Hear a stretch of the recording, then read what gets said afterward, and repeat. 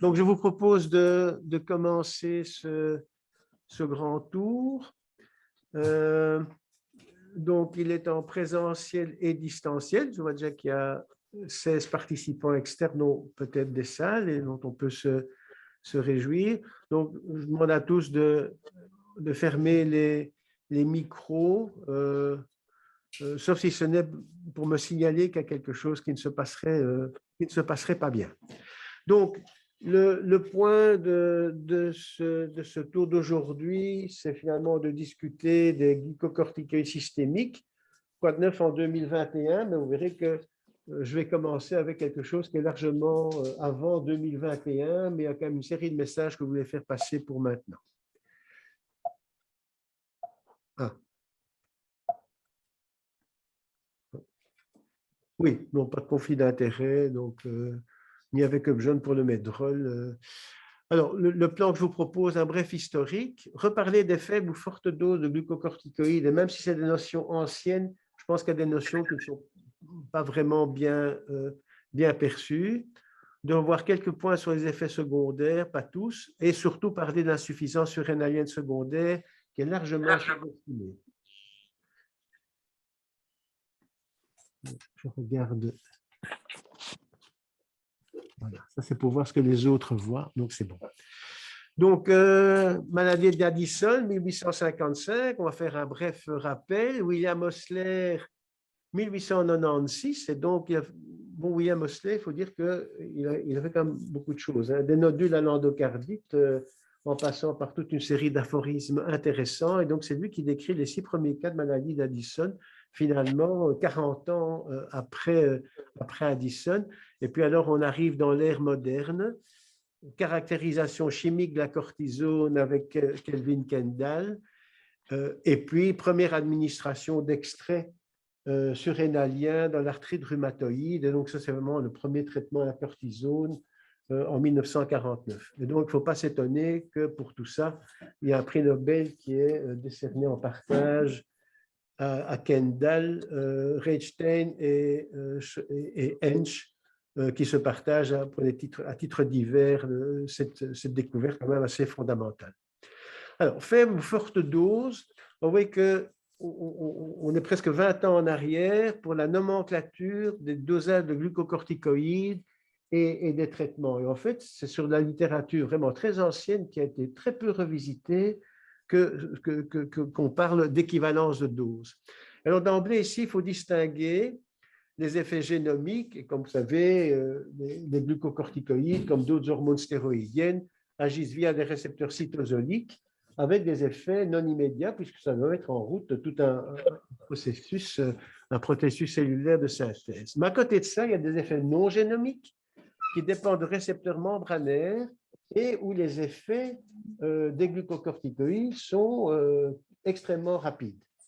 Alors, si on regarde les effets génomiques habituels, vous voyez ici les quelques corticoïdes qui ont été analysés. On va surtout s'intéresser à la prénisolone en gris clair, la méthylprénisolone, avec le rapport 4-5 par rapport à leur puissance anti-inflammatoire, et l'Adexa qui est à 25, donc ça c'est le classique.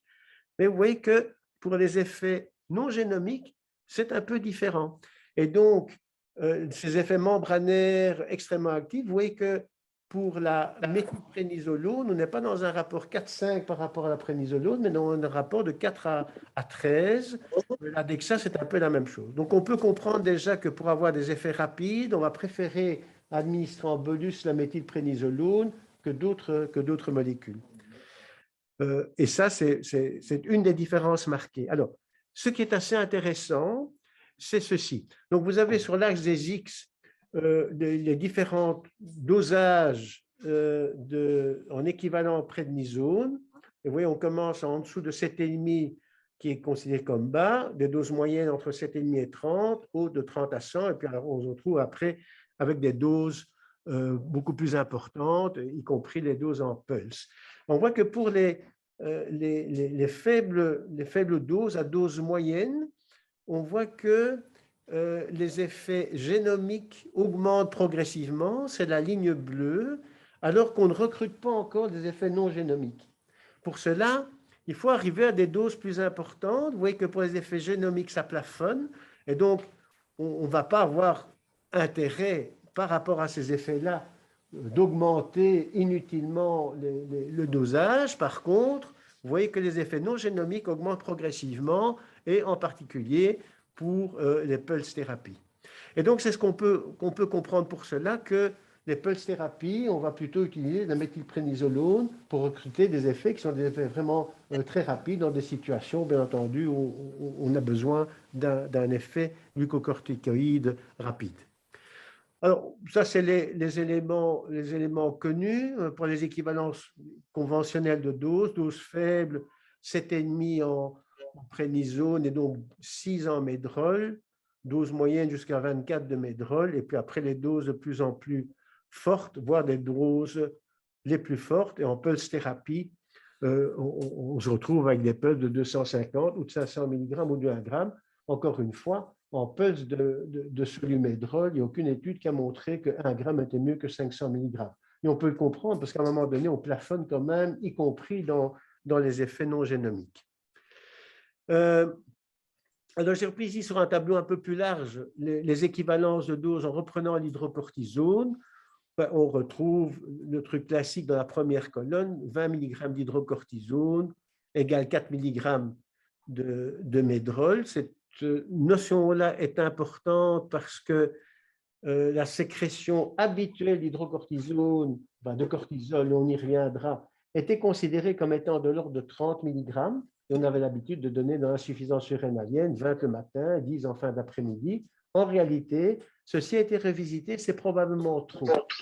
Les insuffisants surrénaliens à court donnent 30. Un bon nombre d'entre eux développent un Cushing. Et donc 30 est probablement trop, on doit être plus près de 20, voire de 25 mg. Mais donc ça veut dire que le 4 mg représente quand même l'équivalence à une sécrétion normale de cortisol, et donc des patients qui seraient, on y reviendra, sur le long cours des doses de ce type-là, sont susceptibles d'être dans une situation d'insuffisance surrénalienne secondaire qu'on sous-estime. Et donc de garder plutôt 4 que 6 comme l'équivalence de la sécrétion normale au niveau surrénalien. J'ai repris sur les dernières colonnes les activités non génomiques qui reprennent un petit peu le graphique que je vous avais montré précédemment. On peut réinsister sur l'effet minéralo qui est moins important pour la méthylprénisolone que la prénisone, et surtout beaucoup moins important pour la DEXA.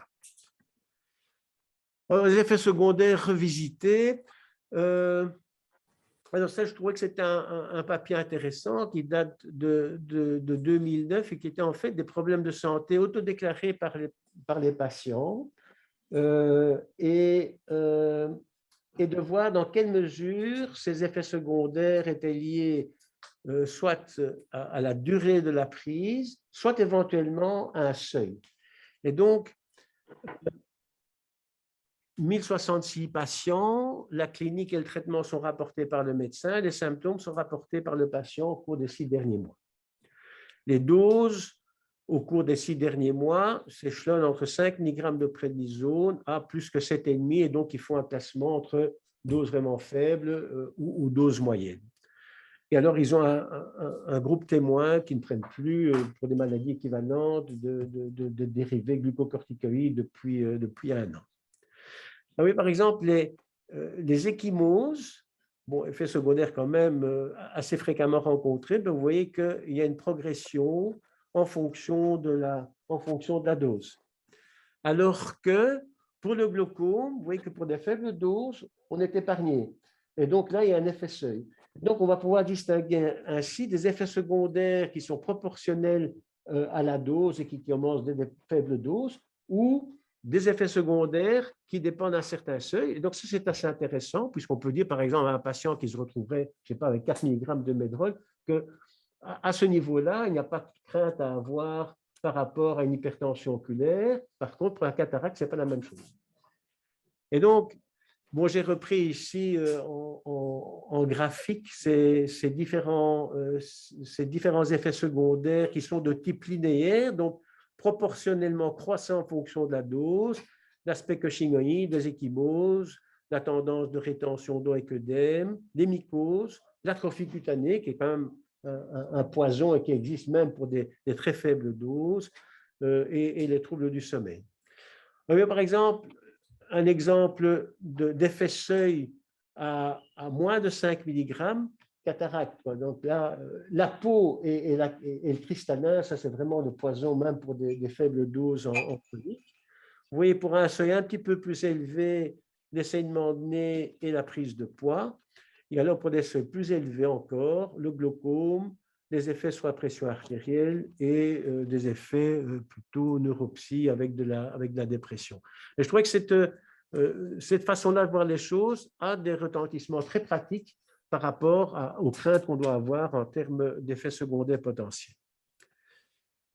Complications métaboliques, bon, peut-être redire quand même un mot sur le diabète. Je vous recommande ce papier qui est vraiment excellent sur l'hyperglycémie induite par les corticoïdes, où il voit l'ensemble de la problématique, y compris les représentations des considérations thérapeutiques. Donc, facteurs de risque principaux chez qui on va devoir se méfier, c'est la dose de corticoïdes, le type en fonction de l'effet plus ou moins inflammatoire, la durée du traitement, si on est en corticothérapie continue, chez les patients âgés et ceux qui sont en surpoids au départ, avec comme groupe à risque, au niveau de l'anamnèse, des histoires de diabète gestationnel, de diabète familial, une glycémie à jeun qui est déjà supranormale, a fortiori s'il y a une intolérance glucidique, et s'il y a des traitements associés. Et donc, parmi les immunosuppresseurs, le CELCEP et le groupe des inhibiteurs de calcineurin sont des facteurs de risque à voir se déclencher un diabète chez des patients qui vont être mis sous glucocorticoïdes.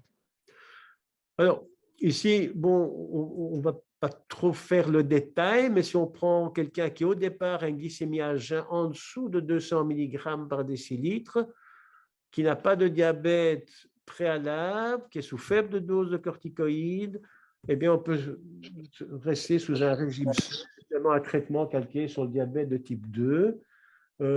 Et dans la suite de cette approche-là, eh bien, c'est les médicaments habituels qu'on donne dans le diabète de type 2 avec la gradation et la sélection en fonction des comorbidités. Si maintenant, à jeun, on est déjà à 200 mg, à plus de 200 mg, c'est clair qu'on va avoir besoin d'insuline.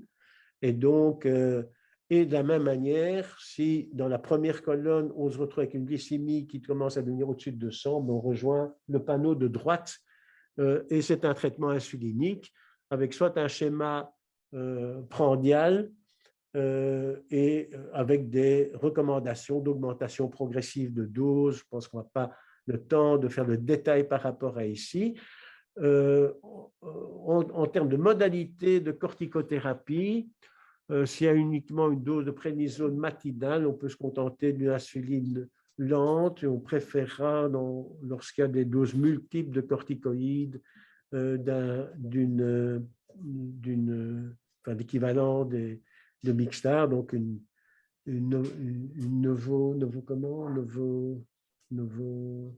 l'équivalent de Mixtar en 30-70 dans les nouvelles formulations. Et puis les recommandations pour augmenter progressivement les doses.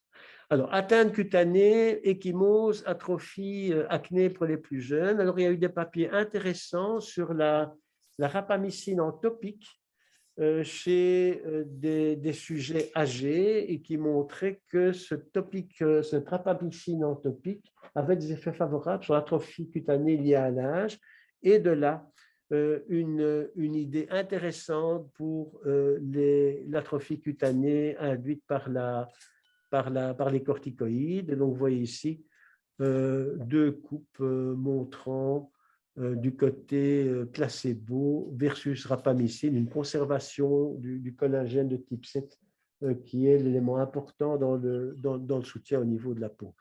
Enfin, parmi les effets secondaires de la corticothérapie au long cours, c'est vrai que la peau, surtout chez les sujets âgés, c'est vraiment une crasse. Bon, ils sont vraiment très fragiles de ce point de vue-là, avec peu de...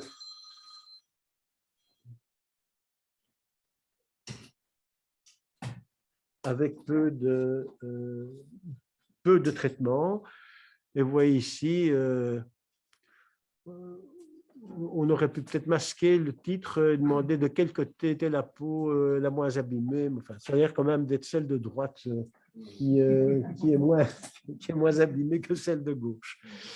Et donc, il y a des études qui ont montré que la rapamycine modulait au niveau du récepteur au glucocorticoïde une série d'étapes qui conduisent à l'atrophie cutanée. Bon, en pratique, ce n'est pas encore d'utilisation pratique, mais on a peut-être une piste de ce point de vue-là pour traiter l'atrophie cutanée induite par les glucocorticoïdes. Complications gastro-entérologiques, peut-être un mot sur l'ulcère gastro-duodénal hémorragique.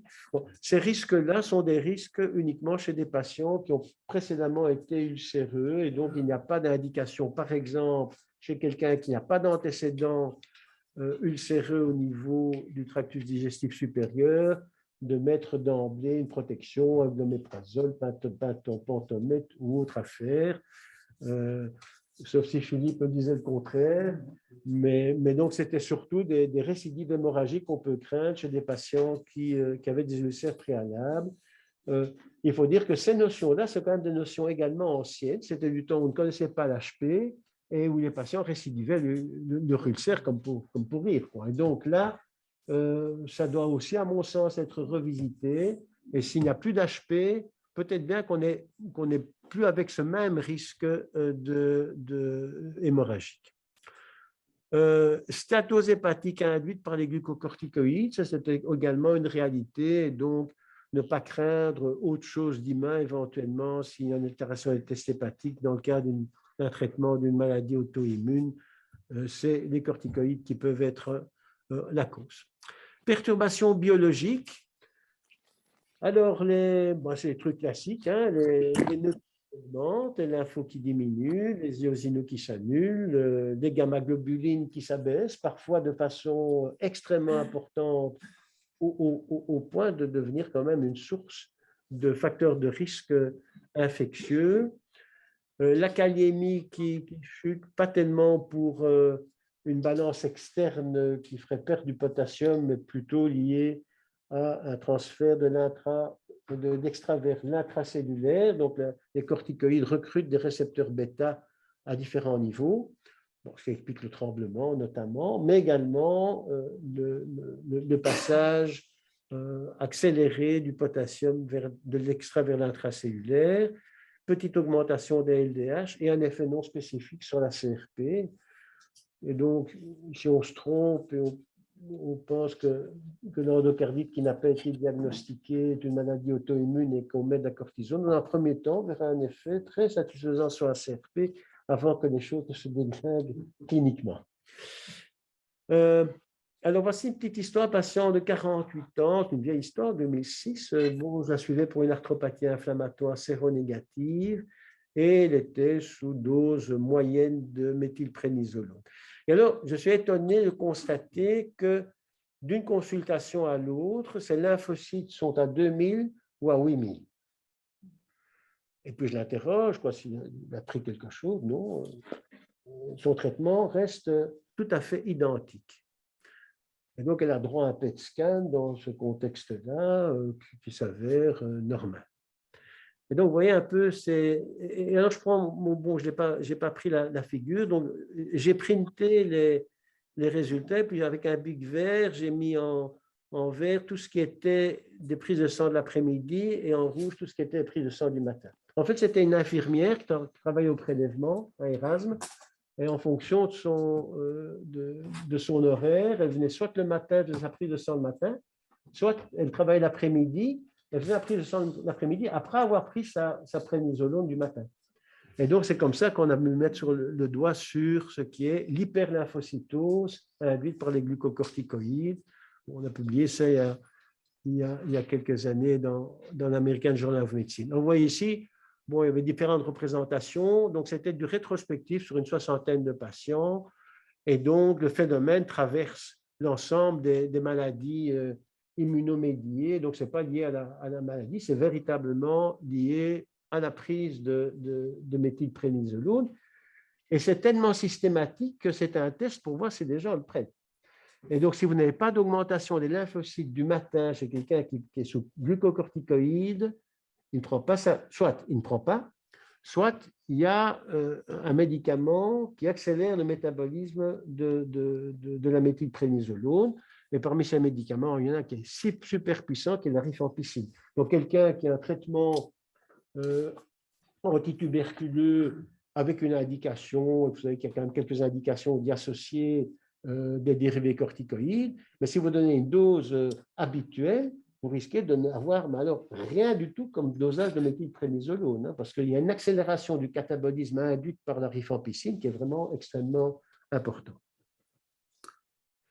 Et puis alors on a poursuivi, bon, j'ai du mal un petit peu à faire, il est submitté depuis un moment, donc on avait voulu voir en prospectif, ça c'était du rétrospectif, et en rétrospectif c'était au 12e jour qu'on avait en moyenne des résultats, parce qu'on ne contrôle pas la prise de sang tous les jours, et en prospectif on s'est dit, tiens, on va voir si le phénomène est assez rapide ou pas. En fait, dès le premier jour, donc là on faisait entre 24 et 48 heures la première prise de sang, la lymphocytose augmente chez la majorité des patients. Il y a quelques-uns qui échappent, en particulier si la dose est trop importante.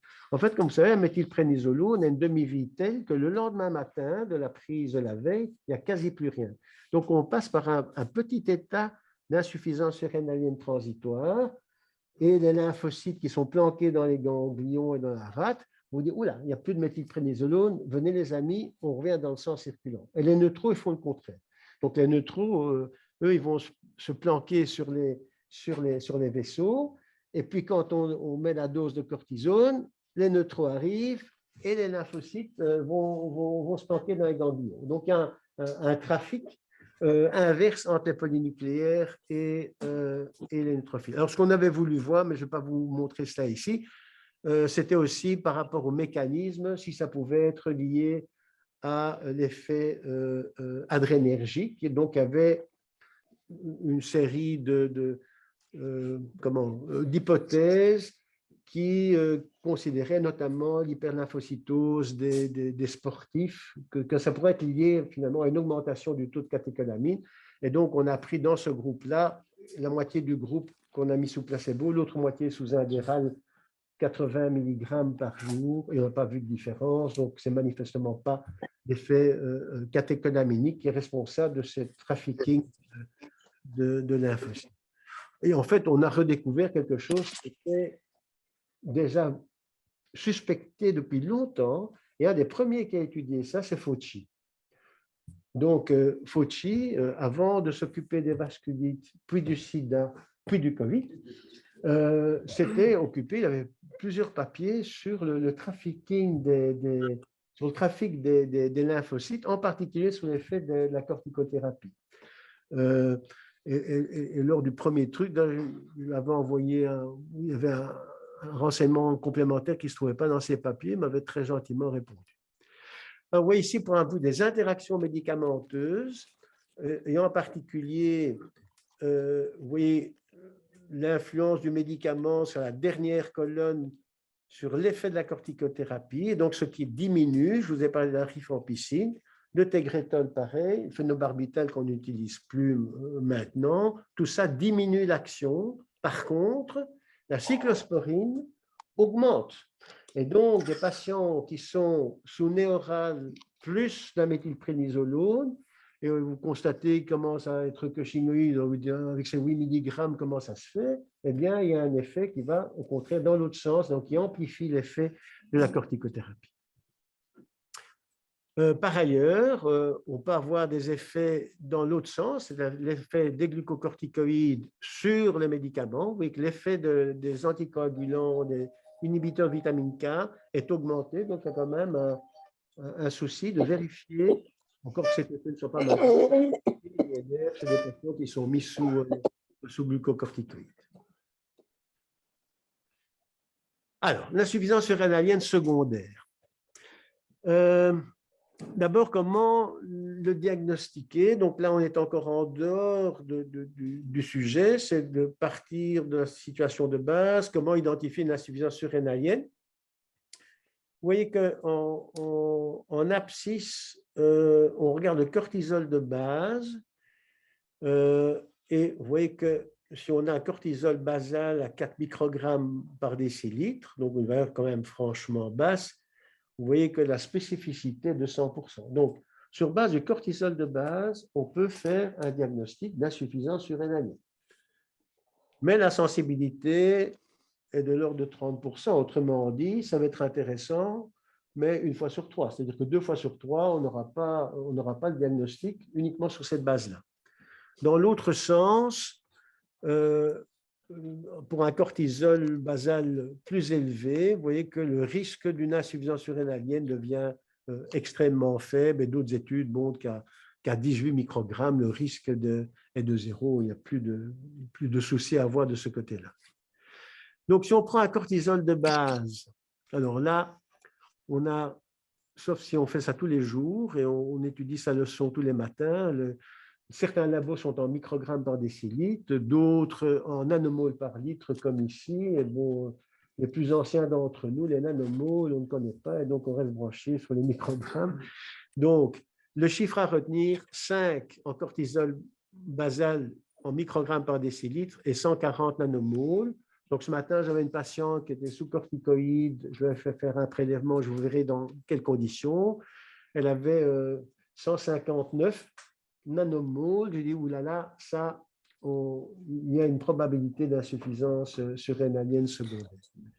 Donc, insuffisance, oui, avec une bonne spécificité et une sensibilité intermédiaire. Si on est à plus de 15, là, le chiffre à retenir est de 420 nanomoles par litre. On a une sensibilité de 87, une spécificité de 40, donc ce n'est pas encore tout à fait sûr qu'on soit à l'abri d'une insuffisance surrénalienne. On est plus sûr quand on est à 18. Donc, en dessous de 5, ça y est. Au-dessus de 18, on est rassuré. Entre les deux, il faut faire un test. Donc, incertitude entre ces deux valeurs seuil, et dans ce niveau d'incertitude, on doit faire un test au synactène. Alors, ce qu'on va retenir comme test dynamique dans ce genre de situation, si ce n'est pas un test d'hypoglycémie induite par l'insuline, ce n'est pas un test à la métapyrone, d'autant plus qu'on n'en a plus. Par contre, ce sera un test synactène. On a le choix entre un test à faible dose, 1 microgramme, ou haute dose, 250 microgrammes. Pour différentes raisons, on garde, et les études actuelles se basent sur le test classique à 250, donc sur les ampoules de synactène 250. Alors, qu'est-ce qu'on fait? On a un cortisol de base, et puis on administre le synactène. Quand j'explique aux patients, je leur dis, on va vous administrer la substance naturelle qui stimule vos surrénales. Tout de suite, ils sont tout de suite d'accord. Dès que vous mettez naturel, ça passe mieux. Et puis alors, on prend à 30 minutes, à 60 minutes, le cortisol, et on regarde le pic de cortisol, et pour être rassuré, on doit être au-dessus de 18 microgrammes, donc des 500 nanomètres, qui étaient finalement les mêmes seuils que pour le cortisol de base. Alors, il faut prendre une précaution importante. Les gens sont encore sous médrol et on va se soucier de cela quand ils sont à une dose de 4-6 mg de médrol. On leur dit, la veille de votre prise de sang, vous ne prenez pas votre médrol. Le matin de la prise de sang et du test, vous ne prenez pas votre médrol. On fait le test et puis vous le prenez après. Et comme ça, on reste sans méthylprénisolone. L'assurance qu'il n'y ait plus de méthylprénisolone au moment où on fait le test, et donc il n'y a pas un glucocorticoïde qui est encore présent et qui va inhiber la réponse. Donc, on est clean par rapport à cela. En fonction des labos, il faut faire la prescription ou pas. Donc ici, on me demande de faire la prescription de synactène de manière qu'il puisse aller à leur ampoule de synactène. Donc ici, revue systématique et méta-analyse, 74 papiers, près de 4000 patients. Ils détectent 30% d'insuffisance surrénalienne secondaire chez des patients traités chroniquement à la méthylprénisolone. Et donc, c'est énorme. Bon, maintenant, j'ai commencé à le faire systématiquement, je ne le faisais pas avant, et on trouve beaucoup d'insuffisance surrénalienne. Et avec parfois des correspondances cliniques. Moi, j'avais une patiente qui était un peu anxieuse, etc. Elle m'appelait avec des troubles de sa tension qui chutaient. Bon, elle arrive une fois à l'hôpital. Écoutez, elle est à l'hôpital. Elle était hypotendue, on fait une prise de sang de base, elle avait une natrémie à 130. Donc, elle avait une insuffisance surrénalienne tout à fait symptomatique après avoir été traitée pendant un certain nombre de mois pour un Church-Strauss, par exemple. Donc, il y a une réalité clinique qui se retrouve là derrière, indépendamment du fait qu'il est important d'identifier si on a un stress médical important qui nécessiterait d'augmenter les doses de glucocorticoïdes. Et donc, ce qui est intéressant, c'est que c'est vrai non seulement pour l'administration orale, mais également pour des administrations en inhalation, en intra-articulaire. Voilà. Et donc, ça, on savait déjà, notamment chez l'enfant, que ça peut perturber les courbes de croissance, mais c'est également vrai dans l'induction de l'insuffisance surrénalienne si on a des injections intra-articulaires répétées. Même chose, le cutoff pour diagnostiquer l'insuffisance surrénalienne, c'est le cortisol après un test de stimulation en dessous de 500. Alors, bon, ça va un peu compliquer le topo. Il faut savoir que les dosages du cortisol sont en train de se modifier, ne sont pas les mêmes dans tous les labos. Et avec un nouveau dosage de cortisol, il faut revoir un petit peu à la baisse ces limites-là. Donc, ça tape un peu plus bas. Et avec certains dosages de cortisol, c'est plutôt 420 que 500. Je me disais que pour l'exposé général ici, inutile de compliquer, c'est plus simple de garder 500. Et donc, il considère des durées de traitement courts, en dessous d'un mois, moyen jusqu'à un an ou plus d'un an, et on va voir que le risque d'insuffisance surrénalienne va être modifié. Et alors, ils définissent aussi les doses entre faibles, moyennes et fortes. Donc, il faut, je dirais, coupler la durée du traitement avec le type de dose. Alors, vous voyez que les différents modes d'administration, vous voyez qu'en traitement oral, on se retrouve avec un risque absolu qui est globalement vraiment fort important. Là, il n'y a pas de doute que c'est significatif. Mais vous voyez que pour les intra-articulaires, il y a un risque également, et pour ceux qui reçoivent des corticoïdes de différentes façons également. Bon, pour l'intra-articulaire, il n'y a que 4 études, donc c'est peut-être un petit peu plus délicat. Mais vous voyez même que pour les patients qui startinent la cortisone sur la peau, on se retrouve avec des risques d'insuffisance surrénalienne lorsque c'est du long cours également. Donc, méfiance. Courte durée, ben voilà, moyenne durée ou longue durée, ben voilà, plus la durée est longue, plus on va voir le risque qui augmente. Vous voyez que pour des courtes durées, là, on est à l'aise, on n'a pas beaucoup de risques, d'autant plus que ce serait une courte durée avec une faible dose. Donc là, on se retrouve avec un risque qui est vraiment, vraiment faible. Et ça, bien sûr, plus c'est du long terme, plus c'est une dose élevée, qu'on se retrouve avec un risque important. Alors ici, j'avais repris, donc il y avait toute une série de valeurs. Courte durée, haute dose.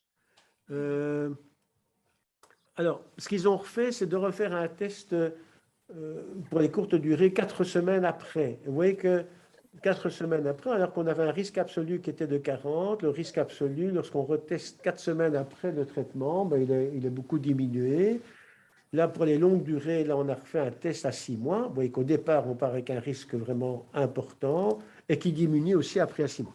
Donc, ça veut dire que globalement, à l'arrêt de la corticothérapie, on va avoir une amélioration globale du risque, mais pas nécessairement une annulation de ce risque. Alors, dans une situation plus pratique, vous voyez ici, bon, deux maladies, on a l'habitude de donner de la corticothérapie au long cours, donc la polymyalgie rhumatismale, la PPR, ou le Horton. Donc ici, 47 patients atteints de PPR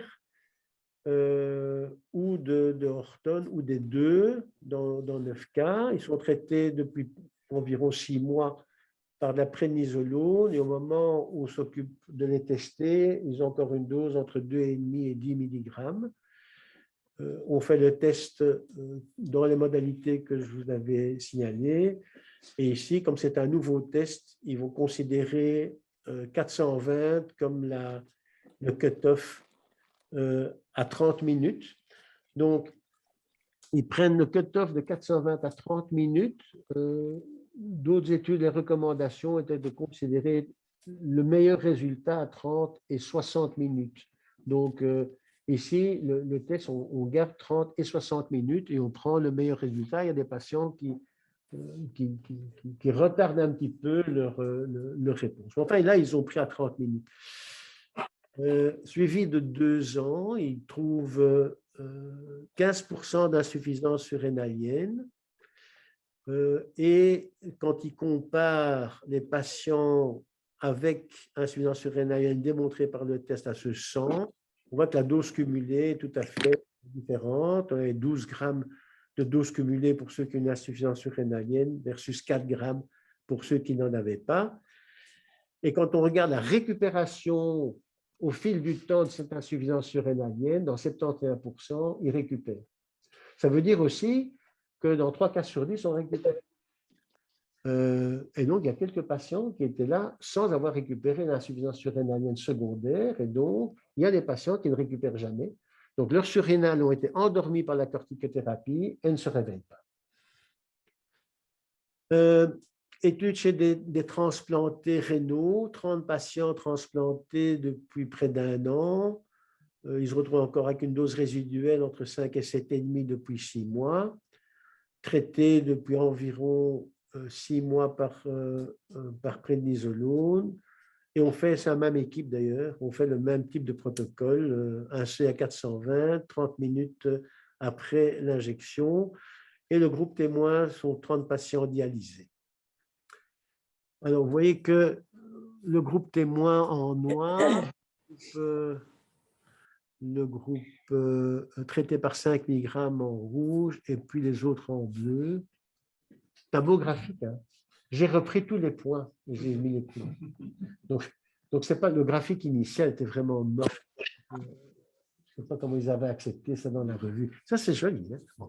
OK. Mais donc, vous voyez qu'avec le seuil de 420, mais il y en a toute une série là, qui sont la moitié, peut-être, qui sont sous la barre. Vous voyez qu'avec la dose plus importante, ils sont quasi tous sous la barre. Et donc, on retrouve 40% d'insuffisance surrénalienne chez les greffés, ce qui est quand même beaucoup, quoi. Et donc, leur conclusion, c'est qu'il faut évaluer systématiquement la fonction surrénalienne chez des patients transplantés rénaux, alors qu'il n'y a pas de recommandation actuelle par rapport à ça. Il n'y a pas d'information systématique aux patients recevant des glucocorticoïdes à faible dose du risque de développer une insuffisance surrénalienne. Et je pense qu'il faut le faire comme pour les patients avec une insuffisance surrénalienne primitive. Ils doivent avoir une carte dans leur portefeuille en disant attention, si grosse septicémie, infarctus, n'importe quoi qui arrive à l'hôpital, une intervention chirurgicale, on doit monter les doses. Comme vous savez, les surrénales, c'est 20 à l'état de base, et puis ça monte à 200 si on est en choc septique. Hein. Et donc, la recommandation, c'est bien d'attirer l'attention sur le risque de crise surrénalienne aiguë et d'encourager une sensibilisation accrue de cette situation, pas seulement aux patients, mais également aux médecins. C'est pour ça que nous sommes ici.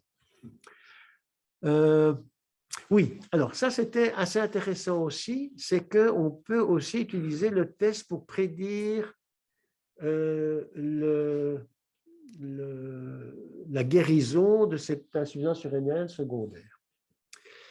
Alors, on fait un premier test qui est perturbé, il est en dessous de 500 nanomoles, donc 18 microgrammes, donc on a une insuffisance surrénalienne sur base du test. Et le cortisol à 30 minutes est en dessous de 350.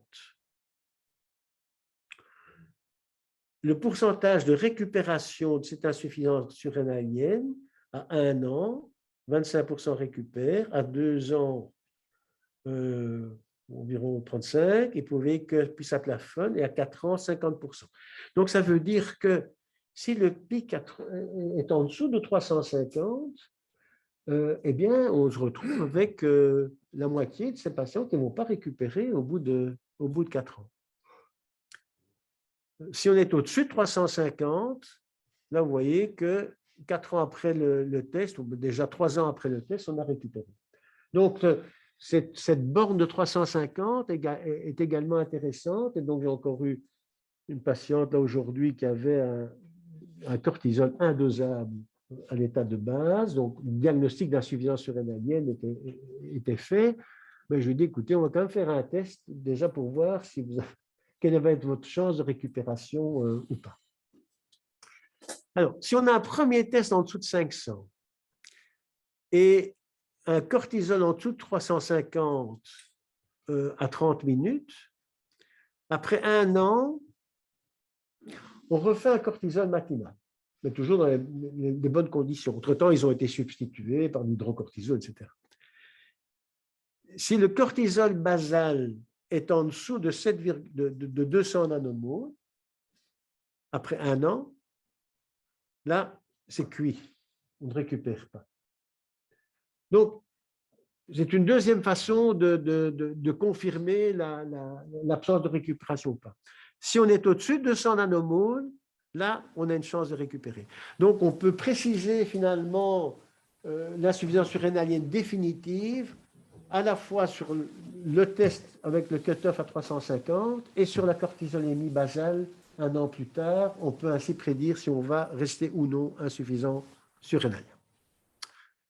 Alors, comment substituer? La dose classique, entre guillemets, était de 30 mg. C'était classique, 20 mg le matin, 10 mg en fin d'après-midi. Comme je vous l'ai dit, on s'est rendu compte qu'à ces doses-là, on induisait de l'ostéoporose, il y avait une diminution de qualité de vie, une prise de poids des troubles métaboliques, avec une hémoglobine glyquée qui augmentait, etc. Donc, manifestement, globalement, ça peut être trop pour un bon nombre de patients.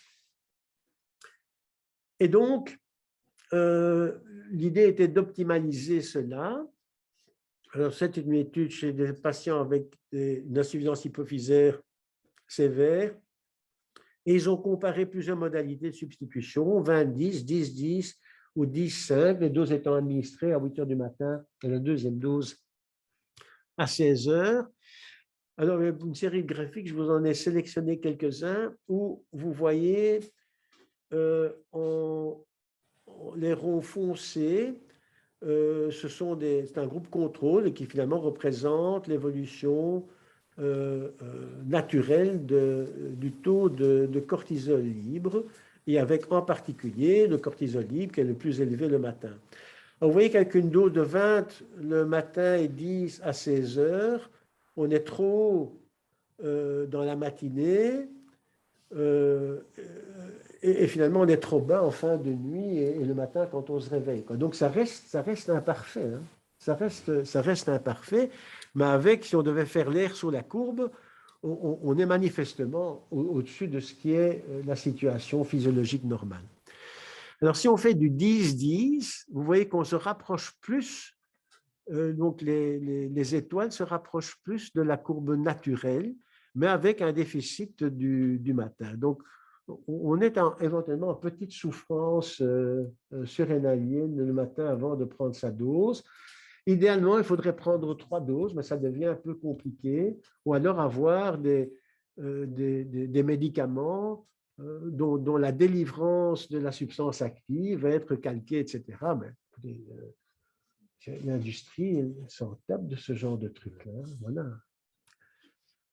Alors voilà, mais donc là quand même, ça ne tape pas tout à fait, puisqu'il y a quand même l'hydrocortisone, et voilà, là on se rapproche de 2021, c'est dans un Lancet de 2018, avec une prise unique, et chez des patients insuffisants surrénaliens, et avec une distribution qui calque plus la physiologie, et par rapport au traitement classique, augmentation de la qualité de vie, diminution des infections, diminution du poids, réduction des troubles métaboliques et un effet favorable sur l'immunité innée, c'est un autre volet du papier. Donc, idéalement, on aimerait ça. Bon, ce n'est pas disponible, c'est cher. Bon, si ce n'est pas disponible, ce n'est pas grave que ça soit cher. Mais enfin, bon, si c'était disponible, ce serait cher. Voilà. Alors, qu'est-ce qu'on peut conclure comme message? Alors, des doses faibles de glucocorticoïdes sont associées à des effets secondaires cutanés, ophtalmologiques et biologiques. Bon, ça, ce n'est pas un scoop. J'ai mis dose faible en mettant en dessous de 6 mg. Comme je vous ai dit, c'est peut-être plutôt 4 mg qu'il faut prendre que 6. Et donc, ça devrait être revisité aussi. Les doses recommandées de glucocorticoïdes sont exprimées en milligrammes de prédnisone par kilo. N'oublions pas que nous, on prescrit essentiellement de la méthylprédnisolone, et donc il faut traduire ça en 0,8 plutôt que 1 mg par kilo. Donc, bon, c'est inutile de mettre 20% de trop par rapport à la recommandation de la dose lorsqu'on traite quelqu'un. 3. Les effets secondaires surviennent soit de façon linéaire, soit avec une dose seuil, et ça, c'est important aussi à communiquer aux patients, également par rapport à la surveillance des effets secondaires qui, pour certaines doses faibles, je pense notamment au glaucome, ne surviennent plus, alors que pour la cataracte et la peau, ça continue. La lymphocytose matinale sous méthylprédnisolone, bon, c'est un de mes dadas, et donc il peut servir de preuve que le glucocorticoïde est bien pris, à l'exception des grosses doses. Donc, on a eu quelques patients qui étaient traités par 64, voire 80 mg, parce qu'ils étaient assez gros. Donc là, le matin, il reste encore assez méthylprédnisolone, parce que la dose était importante, et on ne voyait pas cette lymphocytose. Elle est réapparue quand on a commencé à diminuer la dose. L'insuffisance surrénalienne secondaire à un traitement prolongé, c'est fréquent, c'est sous-estimé, et donc avec un risque de crise aiguë qui est sous-évalué. L'évaluation de cette insuffisance surrénalienne secondaire doit être systématique en cas de traitement prolongé et quand on est à une dose entre 4 et 6 mg de médrol. En dessous de 5 microgrammes, le diagnostic est fait, c'est-à-dire 140 nanomoles chez nous et dans beaucoup d'autres labos. Et on est rassuré lorsqu'il y a un taux de base au-dessus de 500. Entre les deux, un test ocynactène est nécessaire pour une cortisolémie comprise entre ces valeurs. Alors, c'est clair que si j'ai un patient qui a 400 nanomoles à l'état de base, qui a vraiment aucun symptôme, etc., je ne vais pas nécessairement le soumettre à un test ocynactène. Alors que, voilà. Donc là, je pense qu'on peut un petit peu moduler en fonction de l'endroit où on se trouve avant d'épuiser les stocks de synactène comme je suis en train de le faire. Mais voilà. Mais donc, merci. On a terminé. On a place pour quelques questions.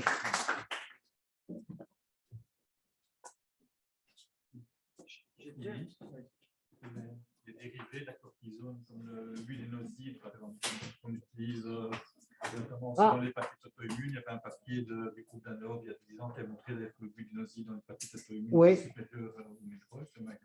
Oui. Et on l'utilise quand même beaucoup dans les îles de Crohn aussi. Oui. Est-ce qu'il y a un effet aussi systémique? On dit qu'il y a moins d'effet systémique. Écoute, alors. Il n'y a pas des cas d'influence surrénalienne. Écoute, c'est une bonne question. Donc, peut-être pour le distanciel, la question posée par Philippe Langlais est de savoir si... peut-être se mettre comme ceci maintenant.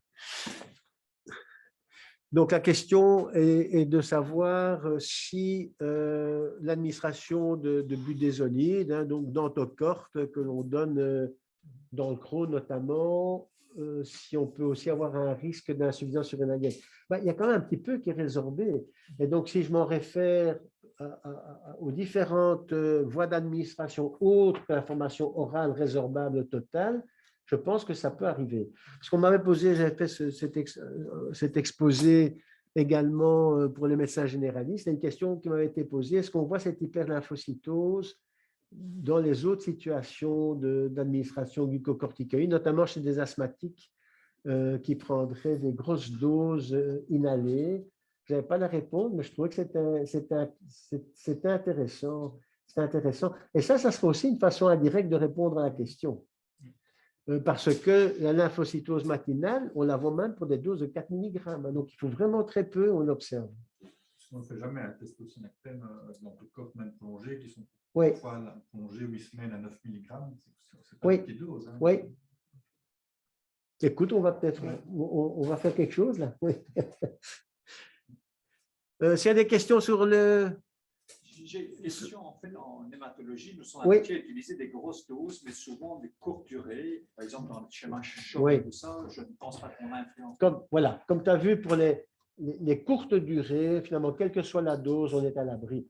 Et donc, dans les schémas hématologiques, c'est la raison d'ailleurs pour laquelle on n'a aucune crainte à avoir dans ces schémas-là de donner des grosses doses 5 jours, puis tu arrêtes brutalement, on ne va pas diminuer progressivement. Mais dans les myélomes, je vois quand même régulièrement, on a des patients chez qui on met 2 fois par semaine, voire 3, 4 fois par semaine, la dose de dexaméthasone, qui sont des grosses doses de 20 à 40 mg par jour, et franchement, on ne vérifie pas du tout. Parfois, on Oui, ça vaudrait la peine de faire en fonction du mode d'administration.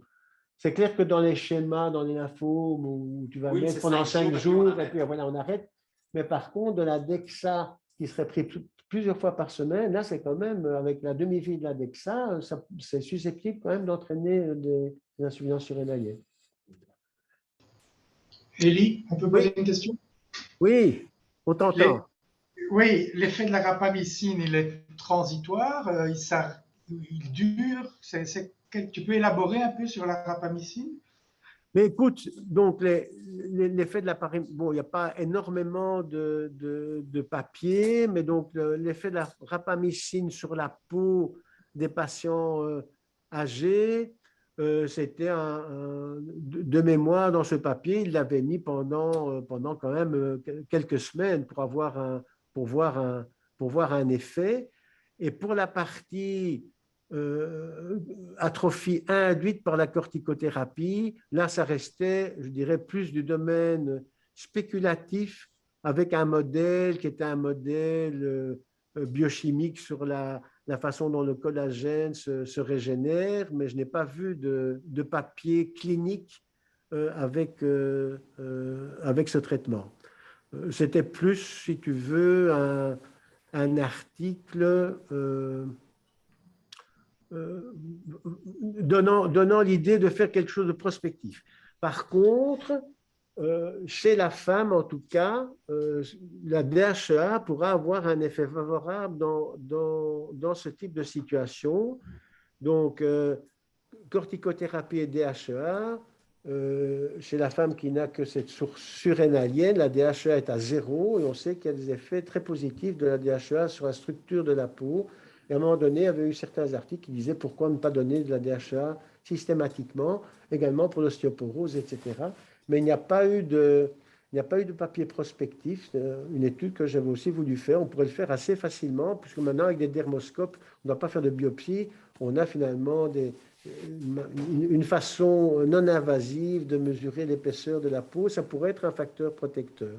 Malheureusement, à part cela, il n'y a rien comme Mais c'est l'effet de la cortisone sur la peau, il est irréversible. Une fois qu'il est là, il ne revient plus. Quand on arrête la cortisone... Alors, ça régresse un petit peu quand même, mais pas des masses. Donc, bon, l'effet, ça va être de l'atrophie et ça va être une tendance aux hématomes ou pour le moins micro-traumatisme, même parfois spontané. On se retrouve avec des hématomes. Cet effet-là a tendance quand même un petit peu à s'estomper avec le temps, mais par contre, l'atrophie elle-même, elle reste présente. Donc, les effets rémanents de cette corticothérapie, c'est la peau et c'est le cristallin. Et l'os, si on ne fait pas si on n'a pas de prévention ou de traitement, notamment par biphosphonate. Merci. Merci. Autre question sur l'extérieur? OK. Eh bien, merci à toutes et à tous. Et à jeudi prochain, si on n'a pas des interdictions de de se réunir, distanciés, masqués, etc.